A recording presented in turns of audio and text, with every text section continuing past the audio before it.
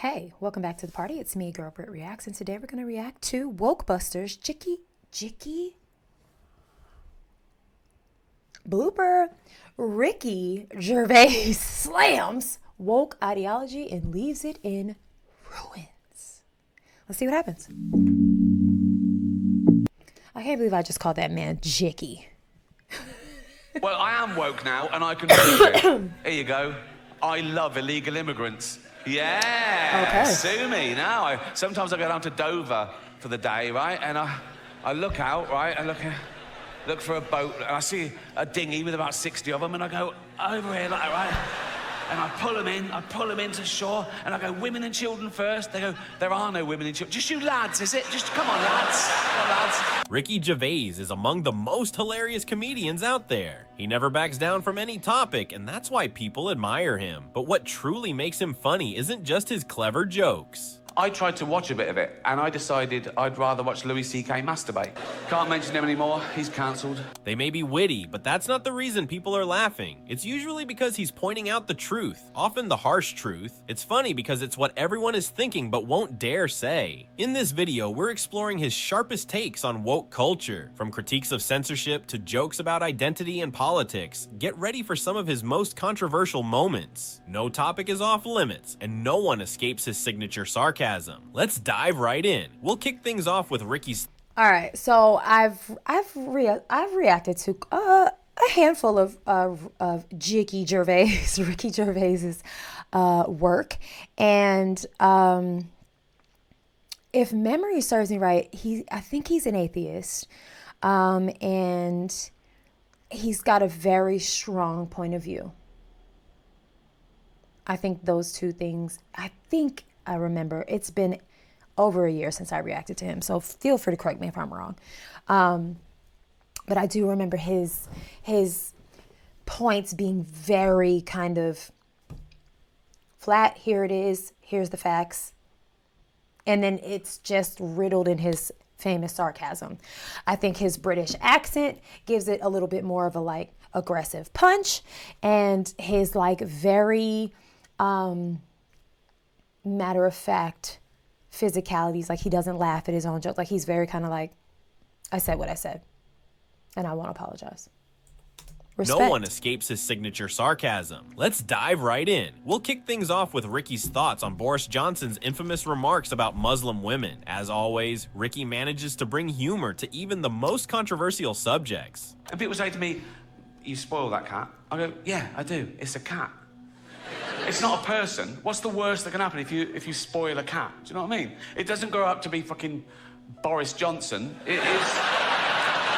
I don't know who he is. I don't get political. Sorry. Ricky skillfully targets both Boris and society's double standards in one swift jab. Now let's shift to something even more daring. Ricky's satirical take on illegal immigration. But I am woke now, and I can prove it. Here you go. This is the one we just saw in the opening. And I go, where you headed? And he goes, Gary Lineker's house. I go, it's just down there. Ricky. I'm afraid, and I remember this happening to me often watching Ricky stuff, is that so many of his references are references I have no clue about because I'm American, and he's talking about people over all across the pond that I maybe should know, but I don't. And he uses a lot of the British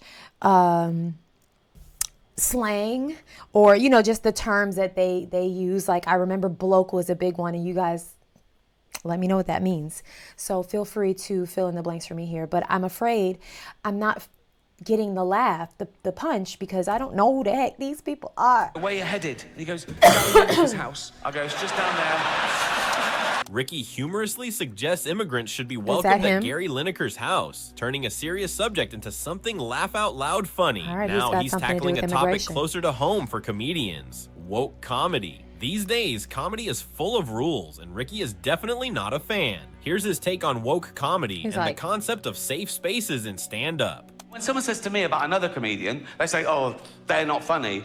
Even if I agree with them, I stand up, I say, well, you can't say that. You've got to say, you don't find them funny, you know? And I hate it when people say, that joke was offensive. I gotta say, no, you've got to say, Offensive you to found it me. offensive. Right. Because it's all about feelings, and feelings are personal. Ricky makes a valid point. Very Comedy valid. that doesn't have the potential to offend isn't truly comedy. Next, we dive into one of Ricky's most Okay, I think that was a statement that I agree with for the most part. I think I reacted to Shoe on Head, and she was kind of saying the same thing. It's like, what is comedy if it isn't upsetting or, you know, talking bad about someone, some group of people, you know? Does it have to be that way? No, but is it funnier that way? Yeah. It's just like I used to say all the time, like I'm funnier when I curse, and I definitely don't curse in the way that I used to curse when I was younger. But I think sometimes my jokes land better if I use an obscenity, and Jesus still loves me. Okay. Okay. All right. I see Caitlyn Jenner. This is bound to be controversial. controversial moments. The Caitlyn Jenner joke. Some labeled it transphobic, but Ricky's about to clarify why they completely misunderstood it. Last time I did it was a Caitlyn Jenner joke, right? Oh, outrage on Twitter the next day. And by outrage, I mean a couple of people going, it was transphobic. It wasn't transphobic in the slightest. It was a joke about a trans person, but the joke had nothing to do with that aspect of her existence. And that's the other thing about offence. People get offended when they mistake the subject of a joke with the actual target. And they're not necessarily the same. I'll tell you the joke. You make your own minds up. Right. So... Yeah, tell us the joke, Ricky Ricky. points out that the subject of a joke isn't always the target. This is a lesson that many people still have yet to grasp. Now, let's explore the cancel culture debate further, as Ricky has a lot to say about it too. In this segment, Ricky addresses cancel culture directly. He warns that those cheering on today's cancellations might someday find themselves in the same situation. But if you're the type of person to revel in someone getting cancelled for something they said 10 years ago, you're just ensuring that one day you'll be cancelled for something you said today. You can't predict. The worst thing you can say today is women don't have penises, right? The worst thing? No one saw that coming. Let's now move on to another controversial. Right. I agree with him so much. I think, and this is such a conversation of like, can people evolve? Can people grow? Can people be redeemed? Can people not be who they were 10 years ago? And I'm going to go on the line and say, if you're the same exact version of yourself 10 years ago, something's wrong. Something's wrong. Like, I think about some of the decisions I made 10 years ago and I'm mortified. But I'm not that person today. So if someone didn't like me 10 years ago, but they haven't met me or known me in 10 years, they don't know me today. This is what I really like about Mr. Gervais is that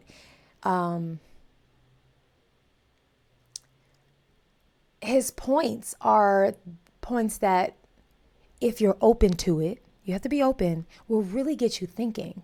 And if you allow it to, it could change your philosophy.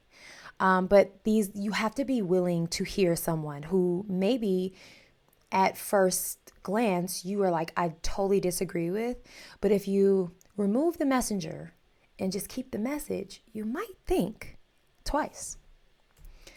Yeah. No one saw that coming. Let's now move on to another controversial topic, the shifting definition of what it means to be a woman. Ricky's comedy never backs down from the most polarizing issues. In this piece, he tackles the changing concepts of gender and identity, all with his signature sharp wit. Oh, women. Not all women. I mean the old-fashioned ones. You know, the old-fashioned women. Oh, God. The Peggy the ones Bundys. with wombs. Oh. Here's Ricky addressing another sensitive topic, obesity. True to form, he twists the conversation with a bit of absurdity, drawing a comparison to being gay. I was listening to the radio in England a few weeks back, Radio 4, quite highbrow. There was a discussion about political correctness. My name came up straight away, right? And there was this woman on there going, oh yeah, well it's not right. Ricky Gervais, he makes jokes about fat people. He wouldn't make jokes about gay people, would he? And being fat is like being gay. What? No, it's not. What? Reach. You can't choose your sexuality. Naturally, Ricky doesn't buy into that comparison. Next, he tackles something even more significant: the hypocrisy of woke corporations. Hollywood, with its virtue signaling speeches, all backed by companies operating sweatshops in the background. Ricky isn't impressed by the moral high ground these celebrities try to stand on, and frankly, neither are we. Apple roared into the TV game with a morning show, a superb drama, yeah. A superb drama about the importance of dignity and doing the right thing, made by a company that runs sweatshops in China. The term queer has shifted significantly over time, and Ricky has a laugh at how perplexing it has all become. Oh yeah, he's the one that Of course, hosts the word queer the Emmys, has is it? changed. Again, traditionally, the word queer used to mean someone who was attracted to the same sex as themselves, a gay man. Now, the word queer can mean a straight man who wants some attention. Ricky's biting sarcasm Really? always exposes the absurdities. Am I Next, he taking that too dives into literally? what really occurs when people say they're offended, and why, in his opinion, it doesn't always hold weight. Being offended doesn't necessarily make you correct, according to Ricky. In this segment, he discusses why offense is subjective and why it's crucial to keep challenging boundaries in comedy. Yeah, well, that's the thing about offence, isn't it? Oh, When people Lord. say they're offended. He's on The View. Lord. I can't imagine Ricky and The View blending well. It's giving oil and water. Truly. No? Challenging boundaries in comedy. Especially Yeah, especially well, that's Joy. the thing about offence, isn't it? When people say they're offended, it's that, just because you're offended, it doesn't mean you're right, you know? It's, Ooh, bar. offence is about feelings, and feelings are personal. It's a fine line, but Ricky is convinced that the best comedy pushes against the norm. Next, he discusses the reaction to his Supernature special on Netflix. Ricky's Supernature sparked a lot of online controversy, but his response? Let's just say he's not losing any sleep over it. My last show, Supernature, dropped on Netflix last year. Big backlash, wasn't there? Big backlash. People going, you can't say that. You can. I did. Well, I am woke, and now I'm woke. The first thing I've got to do is change my Twitter bio. Because at the moment, it's like a list of the shows I've created. But now I'm woke, I've got to pop in the word anti-fascist. Ricky believes that And your controversy pronouns, often bro. boosts the popularity of a special. Next, he tackles another heated issue: cultural appropriation. It's something that's been in the spotlight a lot recently, but Ricky isn't so sure it's as problematic as it's made out to be. Here's his viewpoint on the matter. Cultural appropriation. Have you heard of that? Cultural appropriation. The latest no-no. Now, The latest again, no-no. in my day, it was considered a good thing to swap ideas with other cultures, with other nations, to share things with other races, to assimilate. It was the opposite of racist. Now it's racist. In the following segment, Ricky goes after virtue signalers. Is the goalpost always moving? Absolutely. Absolutely. I think the line of if there's a fine line with this culture appropriation talk in the way of what people consider to be and to not to be. And in that way, that's why I feel like the post is always moving, because it's like, guys, I don't know. But these people are virtue signaling. They're trying to bring people down to raise their own status. And they say it's because, no, we're protecting minorities. Like, they're basically saying minorities haven't got a sense of humour. I'm a white, heterosexual multimillionaire, right? Hey, throw that in there. That's a flex. There's less than 1% of us. Ricky argues that feigning support for minorities without truly grasping their experiences is more condescending than it is progressive. Next, let's explore his views on the It's a limits thought. of free speech, especially in comedy. Ricky is deeply invested in the idea of freedom of expression, and here he explains why joking about serious issues is not the same as endorsing them. Try and explain to someone every day what freedom of speech Joking about serious issues is not the same as endorsing them, is Ricky's stance. Okay, see, this is what I'm saying. Like, I have to like stop and think to make sure I'm understanding properly.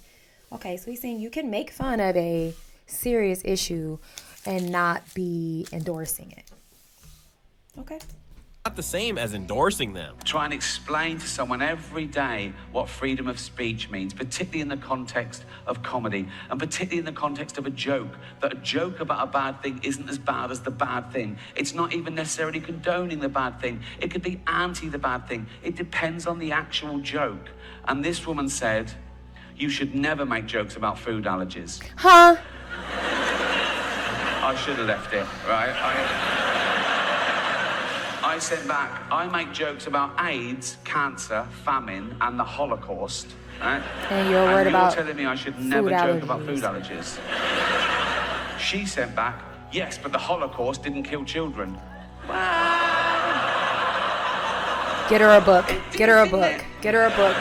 Someone get her It a was book. horrible, the Holocaust. Some would say as bad as food allergies. Ricky's point is simple. Jokes about serious matters don't make them Ridiculous. less important. They challenge our views on them. Next, let's explore how Ricky Okay, handles fair. political correctness in his stand-up. Through irony, Ricky exposes I don't know the gentleman narrating for Wokebusters, but he's great. I think he does a really good job of summing it up and giving you a preview of what's to come. I think he does a really good job. If you wear contacts, please tell me what I need to do. I feel like lately I've just been struggling so much with my contacts